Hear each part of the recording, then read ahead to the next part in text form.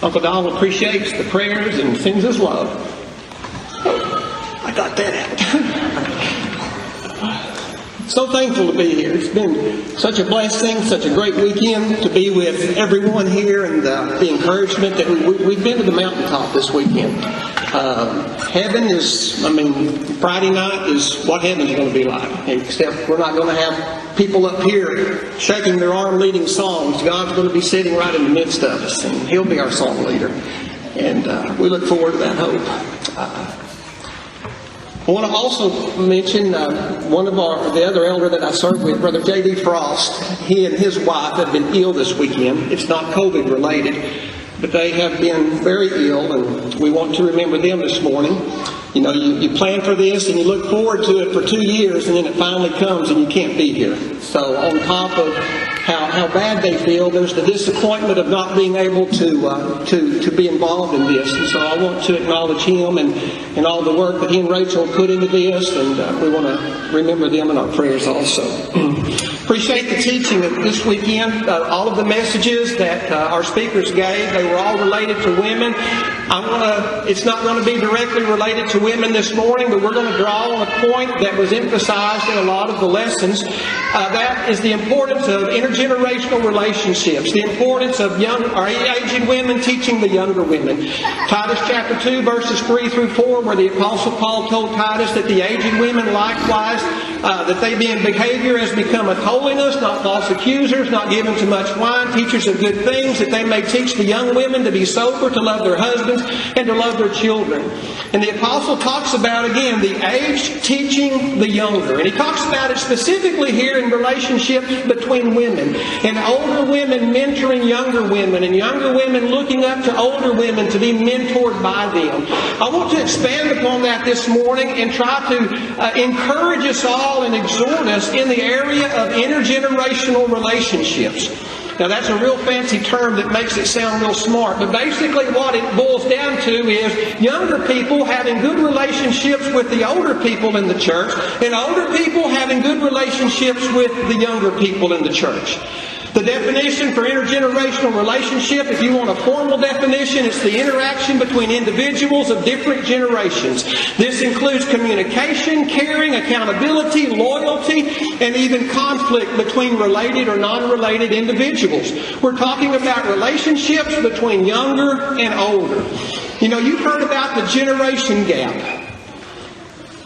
And I fear that in the church we have a generation gap. And we have a generation gap because that's one of the wiles of Satan. One of the things that we're going to look at is that the Scripture teaches over and over again about the generational transmission of the faith. And so it's only logical that if our faith is to be transmitted from generation to generation, that Satan and his wiles would do all that he can to create as big a gap between us as he possibly can. And he's been successful in that. And so we're going to be exhorted this morning from the Scriptures to try to close that gap and develop the type of generational relationships that we need to have for proper transmission of the faith. Number one, to secure our young people in the faith, but number two, to give us older people a sense of purpose in the faith. I feel like a lot of times, and as I get older and I look at other people and I listen to them, it's almost like in the church when you get to a certain age, you're irrelevant. You're just kind of put out to pasture. That it's becoming a young person's religion. But we need to understand the importance of the older generation. Number one, the older generation needs to understand the importance of the older generation and not to assume the role of passivity. Well, we're just going to turn it over to these young people now. And young people need to understand the importance of the older generation and cultivate relationships to draw upon the wisdom and the strength and the stability that can come from close relationships with those who are older in the faith. Generational transmission of the faith is mentioned a lot in the Scripture. Psalm 78, verses 1 through 8. The prayer of the psalmist here, this is the prayer of an old man, or the prayer of someone who is looking forward to that time in their life whenever they're becoming aged. Give ear, O my people, to my law. Incline your ears to the words of my mouth. I will open my mouth in a parable. I will utter dark sayings, which we've heard and known, and our fathers have told us. We will not hide them from their children, telling to the generations to come the praises of the Lord and His strength and His wonderful works that He's done. For He established a testimony in Jacob and appointed a law in Israel, which He commanded our fathers that we should make them known to their children. Notice this, that the generation to come might know them. Not only the generation to come, but the children who would be born. The psalmist is already thinking about people that hasn't even been born yet. And the importance of teaching them. You know, those of us that are parents and grandparents, we think about our kids and our grandkids. Here the psalmist is thinking about kids that hasn't even been born yet. And understanding the importance of generational transmission of the faith. That they may arise and declare them to their children, that they may set their hope in God and not forget the works of God, but keep His commandments. The Bible is clear throughout how that the faith is to be transmitted. In the Old Testament, Deuteronomy 6, 4 through 9, Hear, O Israel, the Lord our God, the Lord is one. You shall love the Lord your God with all your heart, with all your soul, and with all your strength. And these words which I command you today shall be in your heart, and you shall teach them diligently to your children. But then it continues, and you shall talk with them when you sit in your house. You know, we live in a day and age that whenever we're told to do something, we want to formalize it, and we want to institutionalize it. The teaching of our young is not something that's done effectively in an institutionalized or a formalized manner. Notice here what the Lord says. You teach them when you sit in your house. I'm sitting in the house with my kids. You teach them there. And you shall talk of them when you sit in your house, when you walk by the way, when you lie down, and when you rise up. That's not talking about a scenario where we're sending our kids away somewhere else, but it's showing that parent and child are side by side. And as a normal part of their communication, they're talking about the faith, they're talking about the Lord. Think about the significant conversations that you had in your life. Really impactful moments in your life. Was it something that took place in a formalized setting, or was it that an older person took the time to sit down with you out in the front yard and just talk to you about life? And to talk to you about what it means to serve the Lord. To take that example that they said and to take that teaching. And as he says here, you shall bind them. They shall be as frontlets between your eyes, and you shall write them on the doorposts of your house and on your gates.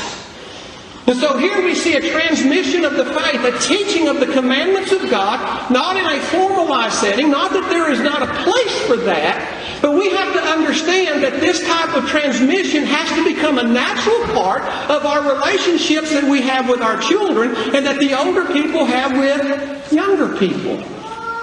That it's not something that has to be institutionalized. That it's not something that has to be formalized. We just love each other every day in our common interactions with each other. When I think about the significant moments of my life and my faith, they weren't moments that happened inside the church building.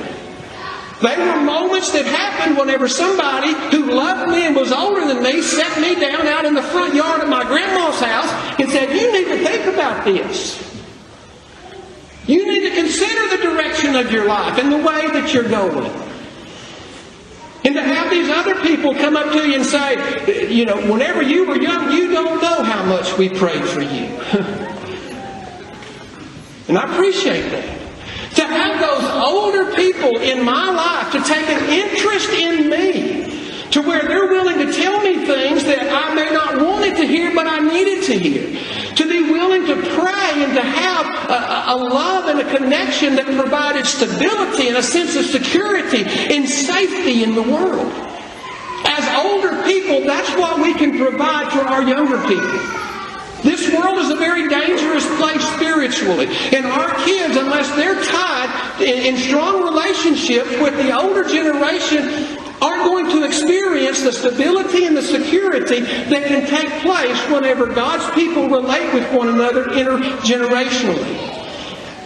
Exodus 12, 24 to 27. Whenever they were observing the Passover, we won't take the time to read all of this, but a statement that stands out that I want us to understand is that in the process of observing that Passover, he says in verse 26, "And it shall be when your children say to you, 'What do you mean by this service?'" So here you have an older person with a younger person. They're mutually enjoined together in the observance of the Passover, and the younger person looks to the older. What's this mean? That's how the faith is transmitted. Through our common experiences in the faith, older and younger, and then the younger asking the question. As an older person, let me ask you this. How many times has a young person come up to you and asked you a question about the faith? How many times have your own children asked you, "Dad, what's this mean?" Well, if they're not, it can only be one of two reasons. Number one, they just don't care. Or number two, they're getting their answers from somewhere else. We need to be involved, older generation with the younger generation, in such a way that our common practices in the faith solicit dialogue between us, where there are questions and answers taking place. That the exercise of our faith and bringing our children along with them causes them to have an interest and causes them to question, what's this mean? Why do we do this? And take those teaching opportunities to teach our younger people in order that they can be secure in the faith. Again, Joshua 4, verses 4 to 7. Whenever they crossed over the Jordan, Joshua told them, "Hey, you guys pick up some rocks and we're going to build a memorial on the other side." And so they go through, and then he says that later on in verse number 6, that this will be a sign among you when your children ask. Notice that he doesn't say in both of those instances, if your children ask. He says, when they ask. And so that tells me that whenever we as an older generation are participating in our faith and in our spiritual walk with younger people, that if we do it right, we're going to cause curiosity. We're going to cause them to ask questions in order to create that dialogue for the transmission of the faith. It's a lot easier to teach people whenever they're asking you. It's a lot easier to teach people whenever they ask. Somebody comes to me and says, "Would you teach me the gospel?" Well, that is an easy gospel study, isn't it? But whenever you're just trying to, you're trying to find ways to create an opportunity, that's difficult. And we want to be that way with the younger generation. We want our walk with them in the faith to be such that we create within them the interest and the desire to learn more about the faith. And that enhances the transmission of the faith. Deuteronomy 6 that we read earlier. I want us to go back and look at what it means to teach children. Again, when we see the word teach, we've got an idea in our mind. In our Western culture, we usually think of school. We set up a lecture, we get kids out in front of us, and we give them a lecture, we pass out worksheets, and we're teaching them. But whenever you look at teach in the Bible in relationship to children, it's a much more intense word. To teach diligently comes from the Hebrew, which means to point, to pierce, to inculcate. To inculcate means that you're just doing it over and over and over and over again until they finally get it. To prick, to sharpen, to teach diligently, and I like the last one, to whet. What do you do when you whet? Well, whenever you whet, you're sharpening something, right? You ever sharpen a knife on a whetstone? You're just... And that's what it means to teach diligently. Not just to give them some passive lesson about some dry theological doctrine, but it means to get in there and just boom, boom, boom, until they get it. That's what it means to teach diligently. In Ephesians chapter 6, fathers, do not provoke your children to wrath, but bring them up in the training and the admonition of the Lord. To bring up means to rear to maturity, to cherish or to train. Whenever we think about training, if you've ever coached before, you don't just bring your athletes into a classroom and tell them, okay, this is how we do it. You take them out. And you put them through the rigors, and you do it over and over and over again to make sure that whenever their moment of competition comes, they're ready for it. And it takes intensity. It takes planning. It takes telling them when they're wrong. It takes pushing them beyond the limits that they think that they can go. Teaching our children, older generation, is not a passive activity, but it involves a very close intergenerational relationship where we can exert this type of intensity on our young. Training. Education training. Notice this. Disciplinary correction. Chastening, chastisement, instruction. In a lot of these references that we see about what fathers in particular are to do with their children, one thing that's going to stand out in these definitions is the idea of discipline. Bring them up in the admonition of the Lord, mild rebuke, warning. Telling them when they're wrong, giving them warnings. Children, when you get exasperated at your parents telling you everything that can go wrong with something, they're just doing what the Lord says to do. They're giving you warning. In older people, we have to give our children warning. There are so many dangers out there that if they are not warned, they're going to fall and be led astray. And so again, whenever we see these words, understand the intensity of them. Even in Titus chapter 2, the word teach means to make of a sound mind, to discipline or correct.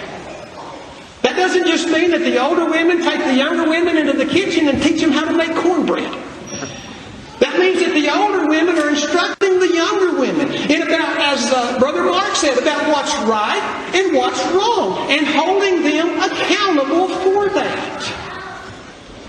So when you see these words and we see the intensity that are in these words, well, the thing that we want to point out is, I can't do this as an older person.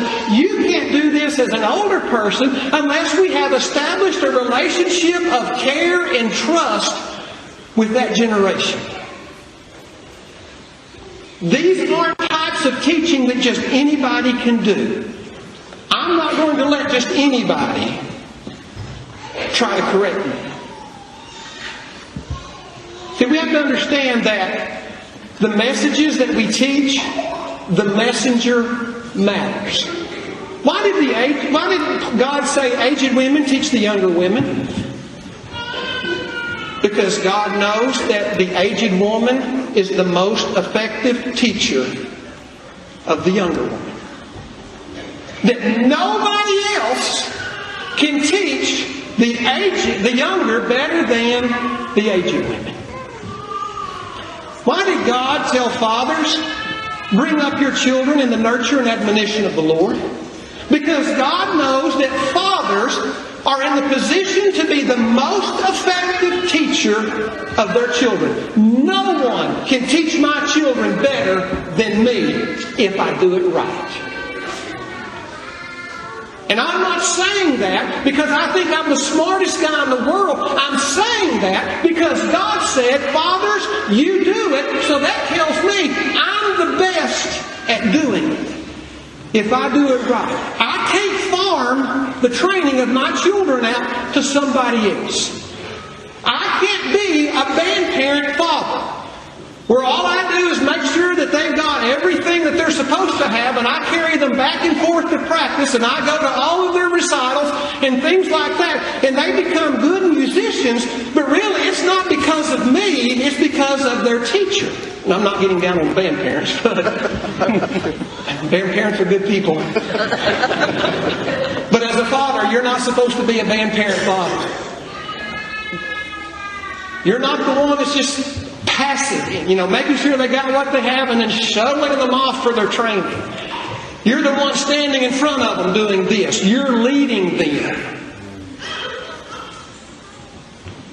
And so when we see these, we have to pay particular attention to, okay, not only what are they to be taught, but who's supposed to be teaching them. And if God says, you teach them, He's telling you, you teach them, because if you do it right, you're going to be the most qualified and the most effective in doing that. We all want the best for our children, don't we? Well, as a father, if I'm not teaching and training my children like I'm supposed to, I can send them off to someone else. And I can rely on other people and they may get a pretty good education, but it's not going to be the best because their father didn't do it. Their father didn't do it. And so as fathers, we need to understand the importance of our role and our responsibility. Because what is it that children really need? In all of these definitions that we've been looking at, what is it that children really need at the end of the day? Discipline. Discipline. I can fill their mind with doctrinal knowledge, but if I send them out of my home without the discipline and internal character to where they're ready to guide themselves their own way according to the will of God, they can spout off all of the intricacies of premillennialism they want to, but if they don't have the discipline to live right, what have I done? Amen. I've created a smart, lost person. Amen. Discipline. At the root of everything that we try to do for our young people, older people, fathers, older generation in the church, it has to have at its root discipline. Yes, tell them what's right and wrong, but also interact and relate with in a way to create the discipline to live by what is right and wrong. Look at these words from Proverbs where Solomon is talking about fathers and their children. He uses the word instruction of the father, instruction of the father, father's instruction, the father's instruction. What does it mean, the father's instruction? It's not instruction like we open up a toy and then we pull out the instructions and then we read it line by line and put it together. This is what the word instruction means. Chastisement, reproof, warning, instruction, restraint. Young people need restraint.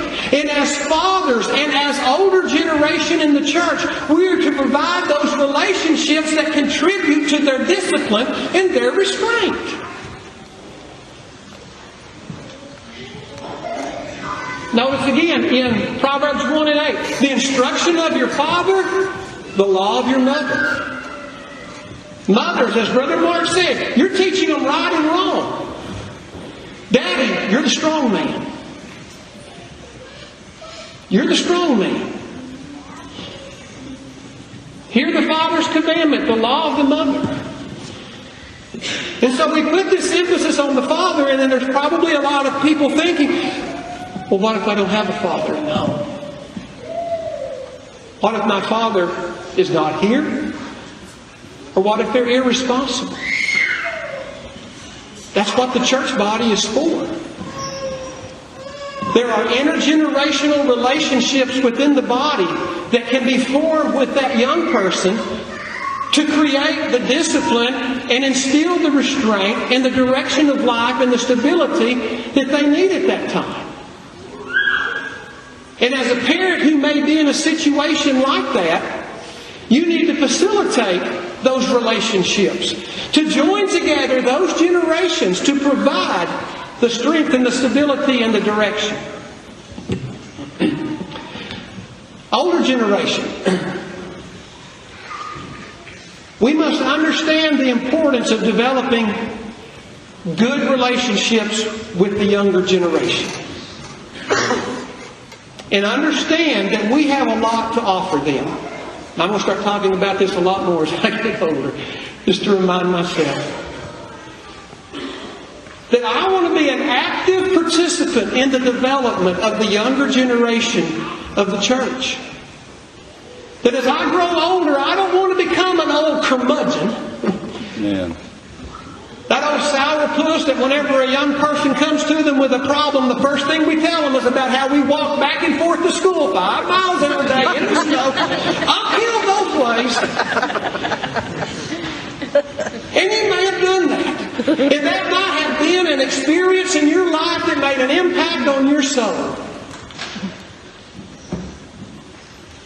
And what we need to do then is say, okay, what is the spiritual principle, what is the spiritual truth that I learned from walking to school back and forth 5 miles in the snow, uphill both ways, that I can tell this 16-year-old that's trying to live in 2021? Make yourself relevant. Develop a connection with these young people. And quit complaining about it.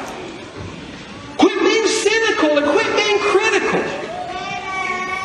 The guy on the screen is Coach Frank Martin.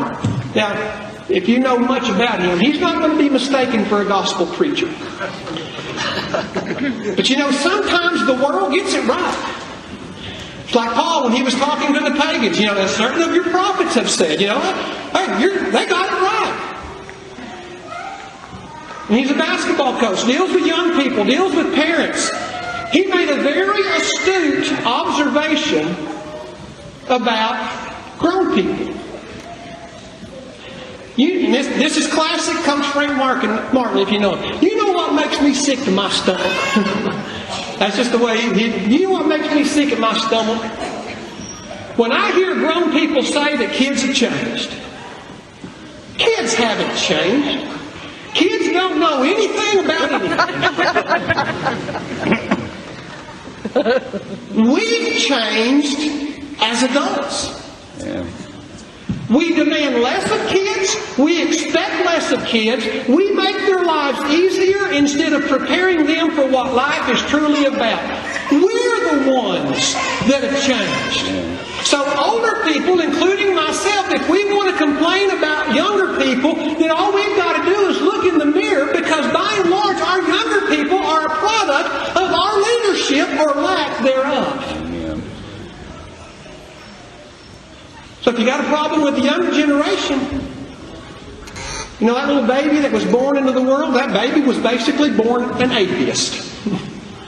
Doesn't believe in God. Doesn't know God. All that baby's going to know is what we as an older generation teach it. And so whenever they grow up and they grow wayward, instead of complaining about them changing, they're just simply the product of the generations before them and the leadership or the lack thereof that was given to it. So if we have complaints with the younger generation, we need to address those complaints beginning with ourselves. Because as he said, kids haven't changed. Kids don't know anything about anything. I mean, really, when they're born into the world, what do they know? When that child is born into the world, it has within it the potential to be a faithful servant of the Lord. Yeah. But that child also has the potential to be the most depraved human being in society. Wow. Think about that. Adolf Hitler was once a precious little baby. There was a time when somebody held him in their arms and just adored his innocence and the freshness of his life. And you see the beast that he became. Why did he become that? And so we have to understand and assume the responsibility as older people and develop relationships with younger people that teach them discipline. To expect more of them. The 2/3 research. Here about a couple of years ago, there were some religious research agencies that did some research on youth. And I call it the 2/3 research because two big studies about when I say the American church, I'm talking about all of the different denominations in America and what's generally considered Christianity in America. And as they studied the American church, the Barna Institute said that nearly 2/3, 64% of U.S. 18 to 29-year-olds who grow up in church tell Barna they have withdrawn from church involvement as an adult after having been active as a child or teen. 2/3. Lifeway research, 2/3, 66% of American young adults who attend a Protestant church regularly for at least a year as a teenager say they also dropped out for at least a year between ages 18 and 22. 66%. So that means for every 3 kids that were raised up in the American church, 2 of them left and 1 stayed. Now, if you're a baseball player, that's a pretty good batting average. If you're a church or a parent, that stinks. That stinks. And the irony of this is whenever you look at the American church, we are investing more and more time and money in our youth than ever before. We have youth buildings, we have youth pastors, we have youth staff, we have youth programs, we have youth camp. We've got so many youth stuff. It's turned into, and this is not just me talking, but this is the industry itself saying, it's turned into a multi-million-dollar business. T-shirt factories love it. But even though we give so much attention to youth in trying to teach them and to train them, at the end of it all, out of every 3, 2 of them are going to walk away. What's the deal? Well, a lot of times in our culture, especially in government, when there's a problem, we just say, well, we need more money. We need more money. But maybe we need to stop and think that maybe the money that we're spending is being spent in the wrong way. Maybe it's not a matter of money. Maybe it's a matter of our practice and what we're doing. Now, I think that it's important for us to understand in our religious culture that we're growing up in today, the great emphasis on serving our youth, while it is noble and while it is a great intention, carries with it many, many dangers. That in our efforts to try to relate to our youth, we end up catering to our youth and we raise a generation of spoiled people. To where Christianity is all about me. And so whenever I get old enough, if things don't go my way, I'll just walk away. And again, when I tell you this, that's not, some Annie that's against all of it. That's them talking. You can read their literature. They recognize the problem. And they're trying to address the problem. Ben Trueblood, Director of Student Ministry at Lifeway, said those numbers speak to the issue at hand. We are seeing teenagers drop out of the church and they make the transition out of high school and as they make the transition out of high school and student ministry. This moment of transition is often too late to act for churches. Notice when this happens. He says we're seeing teenagers drop out of church as they make the transition out of high school and student ministry. Well, what happens whenever they leave high school? Well, they leave home. What happens when they leave student ministry? They lose that support group that they grew up with that was so important to them. And now what's happening? They're going off to college and now they're out on their own with all that they have is what's inside of them. Did they learn discipline? Did they learn discipline? Well, evidently not, because 2 out of 3 leave. And so my point is that though we can give so much attention to youth, unless we understand the biblical model and develop with them the discipline that's necessary for them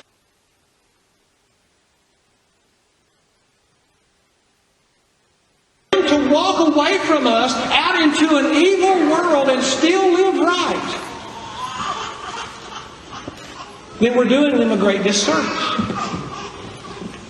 Eric Fridge, a youth minister, he says youth ministers have made it easy for parents to abdicate their crucial role in raising teenagers of strong Christian faith.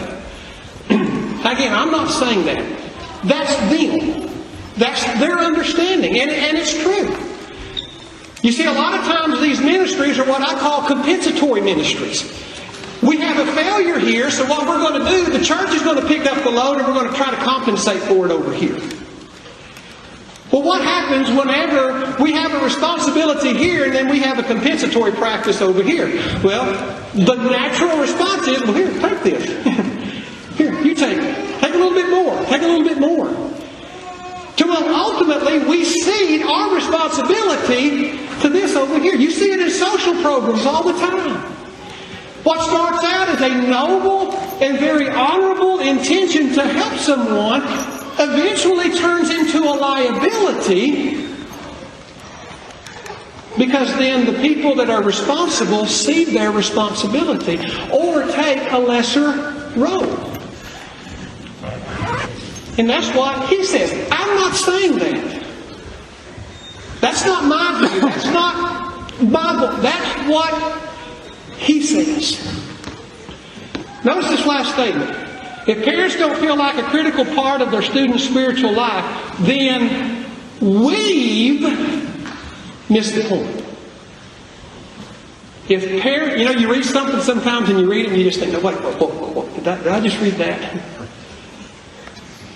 If parents don't feel like a critical part of their child's spiritual life, then we've missed the point. I don't need him to make me feel like a critical part of my children's spiritual development. Because God's already said, you're not a critical part of it. You're responsible for it. You're responsible for it. I'm not supposed to be a tag-along. I'm not supposed to be a grandparent father. I am to assume the responsibility, live or die, for the rearing and training of my children. Amen. And I'm not to see that out to anyone else. Now, are there resources I can use? Absolutely. But even in the implementation of resources, it's not, okay, you go over there and I'll step back here and I'll wait in the car for you. No, I'm going to be there. Parents, if your children come to you with some question that you can't answer, well, just get on the phone. Hey, can you come over here and explain this? You get involved with your child. Son, daughter, I don't have the answer to that, but together we're going to study this. Together we're going to figure this out.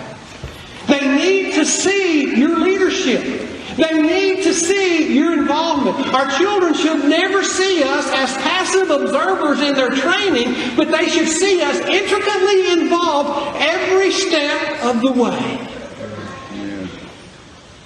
And so, there are resources out there that can help us in the rearing of our children.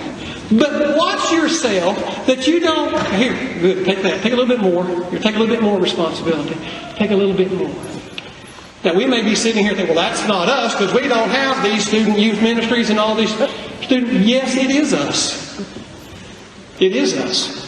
Because even ourselves... we'll cede responsibility to the training of our children to the church. It's not the church's responsibility to bring up your child. It's not the church's responsibility to bring my child up in the nurture and admonition of the Lord. It's my responsibility. It's just like it's not the church's responsibility to love my wife. Fathers, provoke not your children to wrath, but bring them up in the nurture and admonition of the Lord. Well, that same man that's a father has got to be a husband. And he says, husbands, love your wives. So if I want to take this responsibility over here and give it to the church, why don't I just take the responsibility of loving my wife and give it to the church? Now, we would never do that. But for some reason, we'll do this. No one is better qualified to love my wife than me. Why? Because God told me to love her. No one is better qualified to teach your children than you. Yeah. The church is to be a culture. The church is to be a source of relationships and resources to help you to do your job, but not do your job. And so just packing them up and sending them off for a week in Plainview or down to Texas for, all of these big youth gatherings and taking them to all the meetings, that's great.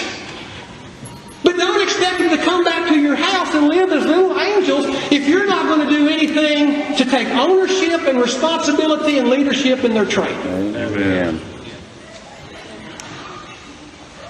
So while we may look at all of the different programs that are out there that denominations and have, and we just shake our finger and wag our finger, we need to understand that we have the same propensity also. Here, church, raise my children. The church is there for a resource, there for a culture, there for the intergenerational relationships, but you have to take ownership and facilitate that training. You know, we have capable men and capable women in the church that can teach and help our young children immensely. As parents, facilitate those relationships.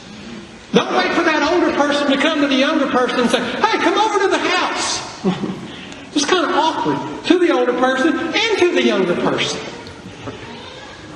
But those relationships should be formed through the one responsible for the training, and that's the parent. I want my children's relationships with older people in the generation to be formed through my relationships with those people.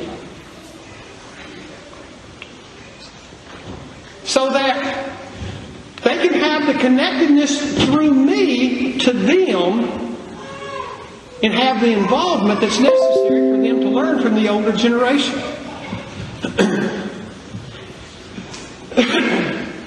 Again, David Kinnaman, in his book, You Lost Me, Why Young Christians Are Leaving the Church and Rethinking the Faith, he talks about all of these studies that have been taking place, and he says there's no doubt a nuanced issue, but what remains clear is that. Okay, so yeah, whenever children leave, there's a lot of factors, and as he says, it's very nuanced.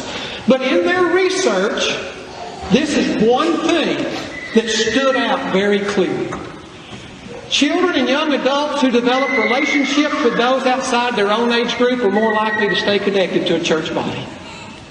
Intergenerational relationships. Now that's what they did, a whole lot of research to come to the conclusion. But the Bible says the same thing. And I love it whenever the world verifies the Bible. Younger people need older people. Older people need younger people. Whenever we look at intergenerational relationships, the first thing we need to look at is in our homes. We need strong intergenerational relationships in our homes. We need strong intergenerational relationships, our relationship between children and parents, between children and grandparents, where you have a heritage of faith going on, and those generations are connected in the household. You know, you read about in the Bible, all of these households, one person in the household would obey the gospel, and then it says, and the whole household, the household of Crispus, the household of Stephanus, the household of Cornelius, they all obeyed the gospel. What is this thing with the household? Why was the whole household moved? Because there were strong intergenerational relationships, so much so that whenever one was moved, the whole group was moved. In the world in which the early church emerged, the household was organized around the head, and solidarity was expressed in a common religion. So it was that the faith of the head of the household was the faith of the entire household. Whenever the head of the household was converted and baptized, the remainder of his house usually followed suit as an expression of loyalty and religious unity. To have that connectedness so strong that whenever the head of the house was moved, the whole house moved with it. That's the power of intergenerational relationships. And in the church, we first of all have to establish those at home. Kids need a heritage of faith. They need to see generations of faith behind them. They need to be connected to their past through those generations. So aging. What do we need to do in the church? First of all, we need to be the right type of people. We've talked about these. Older men, be sober, reverent, temperate, sound in faith, in love and patience. Women, be reverent, not slanderers, not giving too much wine, teacher of good things. As I grow older, I want to be a sober, reverent, temperate, sound in faith, in love and in patience. You know why? Because I want young people to come visit me when I'm old. I want young people to come visit me when I'm old.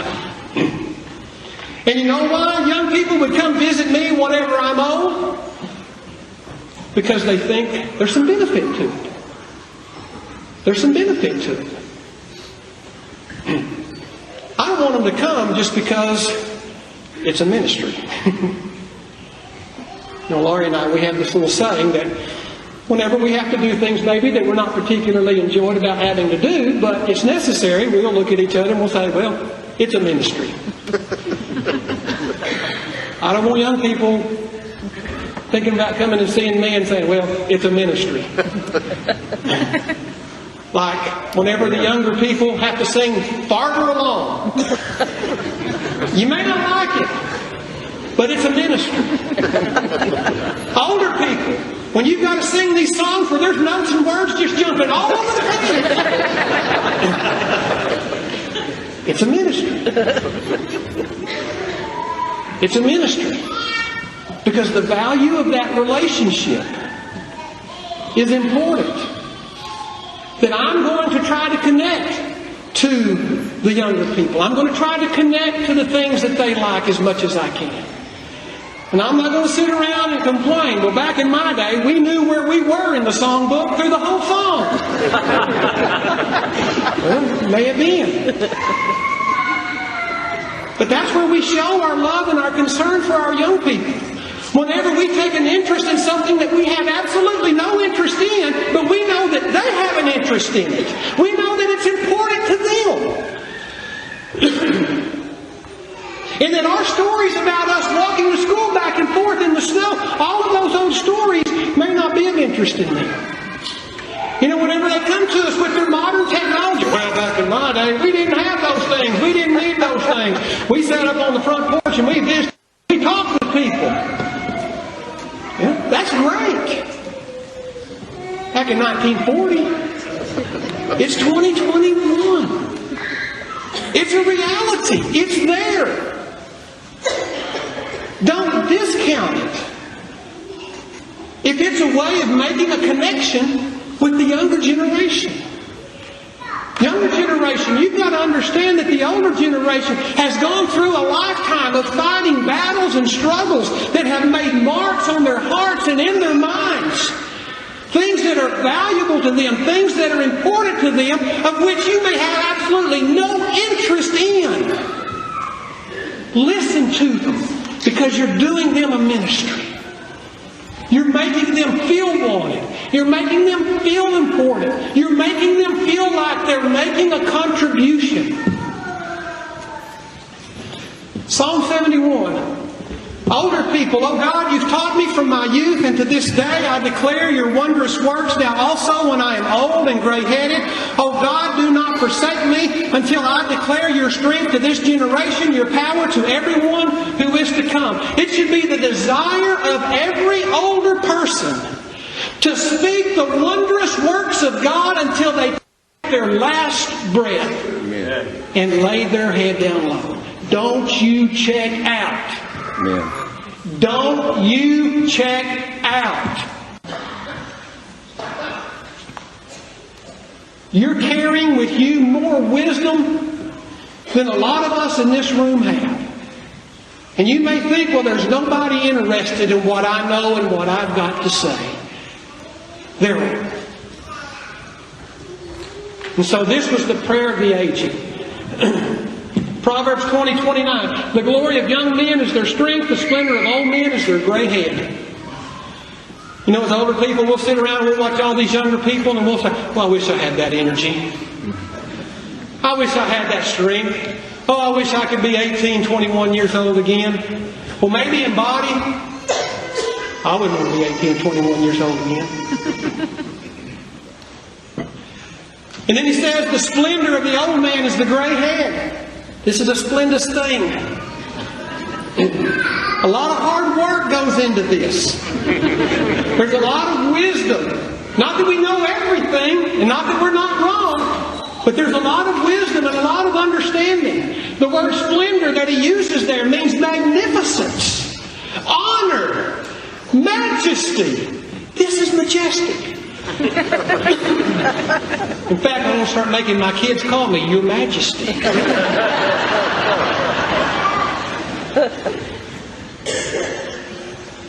We need to understand the value. If I had to make a choice, and as was said the other day, Brother Brent talking about how age takes its toll, usually these two things together, as one fades away, the other comes. I'd a lot rather have wisdom. Young people, I would not want to be where you are today. It was hard enough back in the 80s and the 70s. I can't imagine the stresses and the difficulties that you're facing today.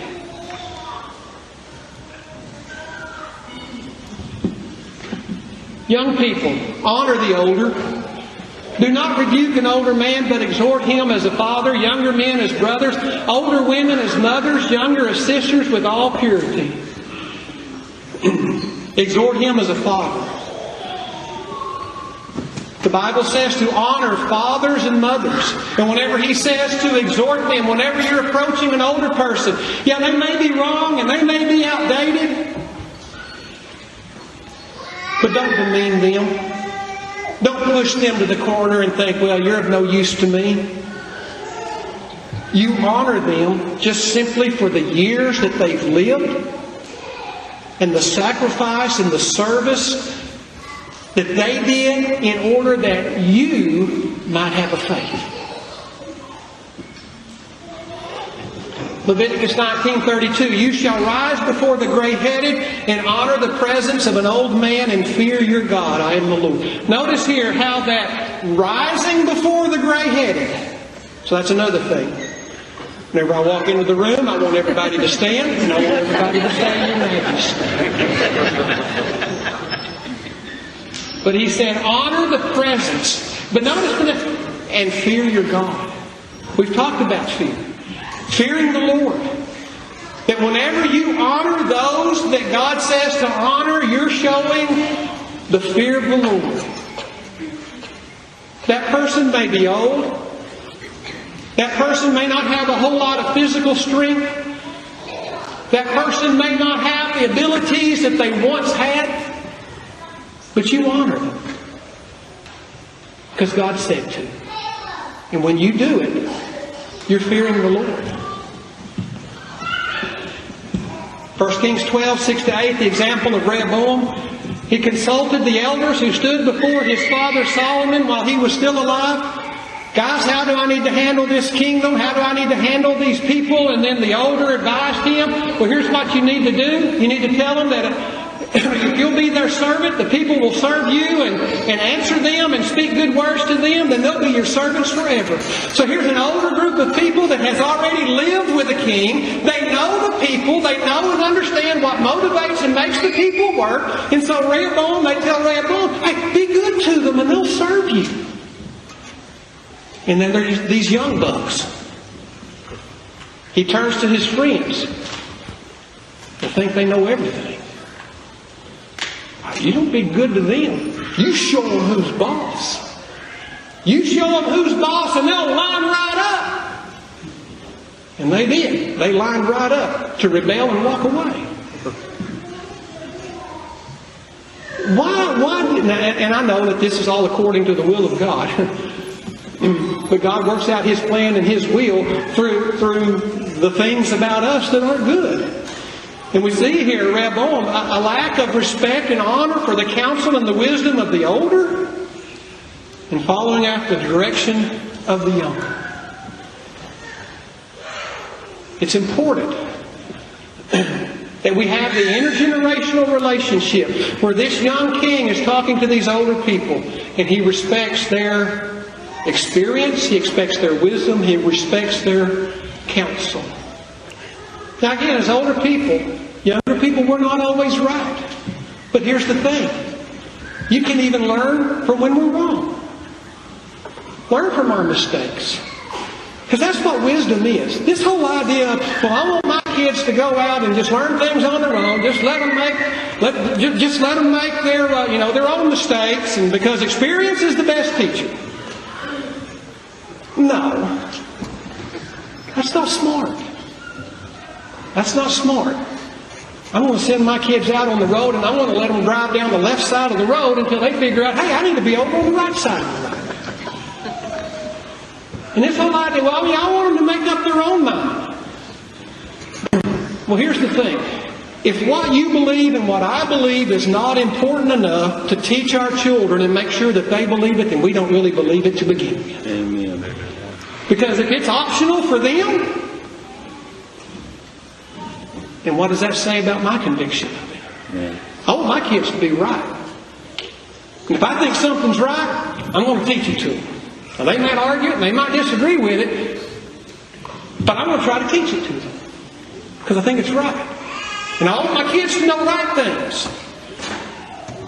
In younger generation, when the older generation of the church tries to teach you things, you need to understand they're teaching it to you because they think it's right. They believe it's right. And they believe that you need to know it. So whether you agree with it or not, respect it. Don't write them off. Because here's the thing. A few years down the road, you're going to look back and say, oh, I hate to admit this, but brother so-and-so was right. And those are angel voices to grown-up people. Whenever their kids say, Dad, you were right. Mom, you were right. Brother so-and-so, you were right. See, because a lot of times as younger people, we don't know how much we don't know. We don't know how much we don't know.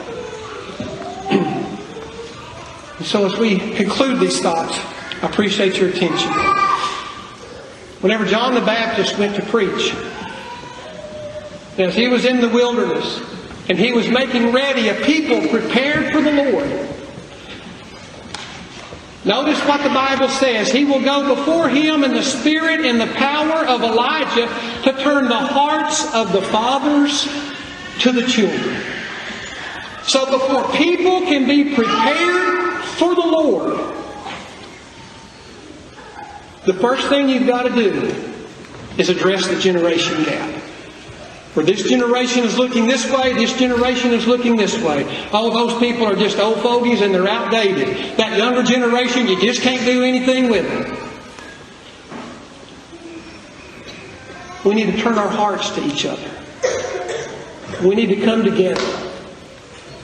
We need to love each other and understand the strength and the stability and the blessing that we have to offer each other. Young people, I need your strength. I need your strength. Young people, you need our wisdom. You need our direction. You need our guidance. And I don't say that because that's my own idea. I say that because that's what the Bible says. Parents, facilitate strong intergenerational relationships between your children and the aged of the congregation. Take your children with you to visit other people, to visit the older, to go into their homes, and to fix that and to have that connection. There's nothing more beautiful than to see a young child hugging an older person. To just show love and affection and concern. And it gives pleasure and delight to the heart of the older person. And that younger person is developing a relationship that's going to be able to help lead and guide and direct them throughout their life. So I hope that what we've looked at this morning will be motivational to you. And to understand the importance of intergenerational relationships. And that we come together as a church. That we come together as a group of people where we're walking hand in hand. And as was prayed in our prayer, old and young alike. Old and young alike. And that we focus our attention on the generations that are behind us. We focus our attention on the generations before us. And we come together because here's the thing. When strength meets wisdom, that dynamic will produce an effect among the body of God's people. It will create a moment of revival. It will create a moment of restoration. All to the glory of God and to the salvation of our souls.